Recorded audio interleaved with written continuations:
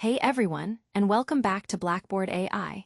Today, we are cracking open one of the most powerful and widely used machine learning algorithms out there, gradient-boosted trees. If you have ever wondered how models achieve incredible accuracy in tasks from predicting stock prices to detecting fraud, there is a good chance gradient-boosted trees, or GBTs, are at play. So, what exactly are they? At its core, a gradient-boosted tree model is not just one single tree.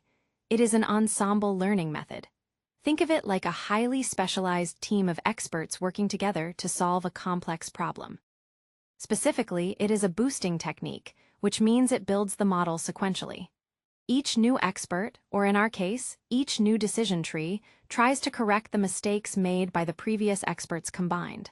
And the gradient part? That is the secret sauce that makes it so flexible and powerful. We will get to that in a moment. Let us use an analogy. Imagine you are trying to predict the exact price of a house. Your first advisor, you ask a very general advisor. They might just tell you the average house price in the area. That is your initial, simple prediction. It is probably way off for most houses. Now, you look at all the houses your first advisor got wrong. For a house that sold for $500,000, but the advisor said $400,000, the mistake or residual is plus $100,000. For one they overpredicted, the mistake is negative. You bring in a new advisor, and their only job is to focus on these mistakes. You tell them, forget the actual price, just tell me how much to adjust the first advisor's prediction to get closer to the true price. This advisor might focus on things like number of bathrooms or lot size to fix those specific errors. You take the first advisor's prediction, and then you add a small portion of the second advisor's correction. You keep bringing in more advisors, each one specializing in the remaining errors from the combined efforts of all the previous advisors. Each new advisor is a bit more nuanced, learning from the accumulated mistakes. That is the essence of boosting. Let us formalize this. In GBTs, our advisors are typically decision trees, specifically shallow or weak decision trees. On their own, they are not very powerful, often just making very simple splits. But when combined strategically, they become formidable. The gradient part, this is where GBTs shine over simpler boosting methods. Instead of just fitting new trees to the raw residuals, the direct difference between actual and predicted, like in our house example, GBTs generalize this concept. They fit new trees to the negative gradient of the loss function with respect to the current prediction. Whoa, that is a mouthful, right? Let me simplify. Think of a loss function as a way to measure how wrong our current prediction is. We want to minimize this wrongness. The gradient tells us the direction of the steepest ascent on this wrongness landscape. So, the negative gradient tells us the direction of the steepest descent, basically, the fastest way to reduce our error. So, when we train a new tree on the negative gradient, we are not just telling it, here is how much you missed by. We are telling it, here is the most effective direction to move in to reduce our overall, generalized error. This makes GBTs incredibly versatile for different types of problems, not just simple numerical predictions. Let us break down the process step by step.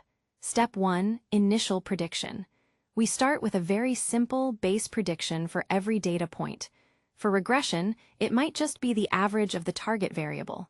For classification, it could be the log odds of the majority class. This is our model F0.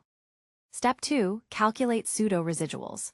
For each data point, we calculate the negative gradient of our chosen loss function with respect to our current prediction F0.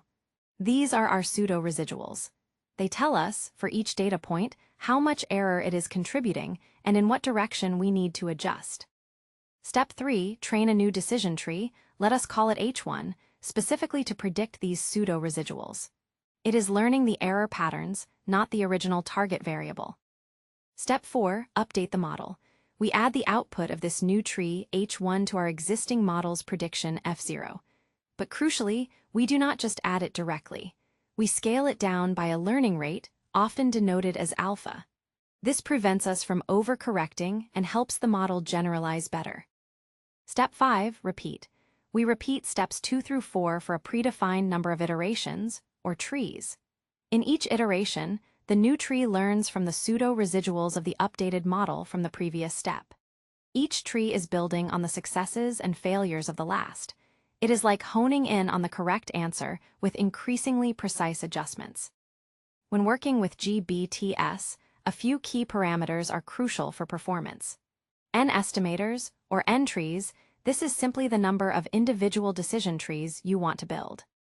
More trees can lead to higher accuracy, but also increase training time and risk of overfitting. Learning rate, or shrinkage, this controls how much each new tree contributes to the final model. A smaller learning rate means more trees are needed, but generally leads to more robust models, as it prevents large jumps in the prediction. Max depth. This limits the depth of each individual decision tree. Keeping the individual trees shallow helps ensure they remain weak learners and prevents any single tree from dominating the overall prediction and overfitting. So, why are GBTs so popular? High accuracy, they often achieve state-of-the-art results on structured or tabular data. Handles mixed data, they can easily handle both numerical and categorical features. Feature importance, you can often extract which features were most influential in the model's predictions. However, they do have considerations. Computationally intensive can be slower to train, especially with many trees or deep trees.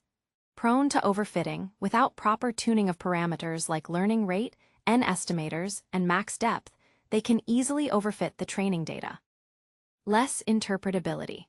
While you get feature importance, the overall black box nature of a complex ensemble can make it harder to understand why a specific prediction was made compared to a single, simple decision tree. You will find gradient-boosted trees powering a variety of real-world applications. Fraud detection, identifying unusual transaction patterns. Recommendation systems, suggesting products or content based on user behavior. Web search ranking, determining the relevance of search results. Predictive analytics in finance, healthcare, and marketing.